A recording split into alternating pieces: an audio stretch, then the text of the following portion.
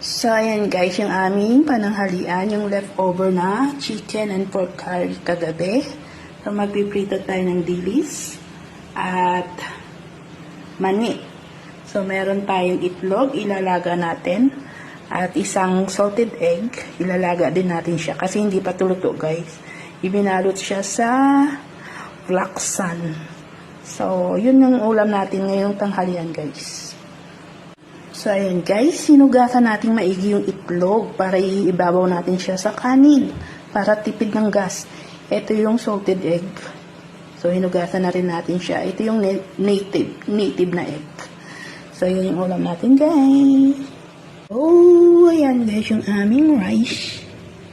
Konti. Kain na nga.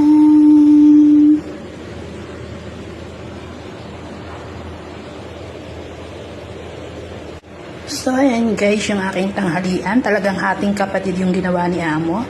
Hati kami sa salted egg at saka hard-boiled egg, pati sa peanut at dilis, pati sa tirang ulam kagabi ay hati pa rin kami. Binilang niya guys. So, yung kanin natin ay nandyan sa gitna. Kain tayo.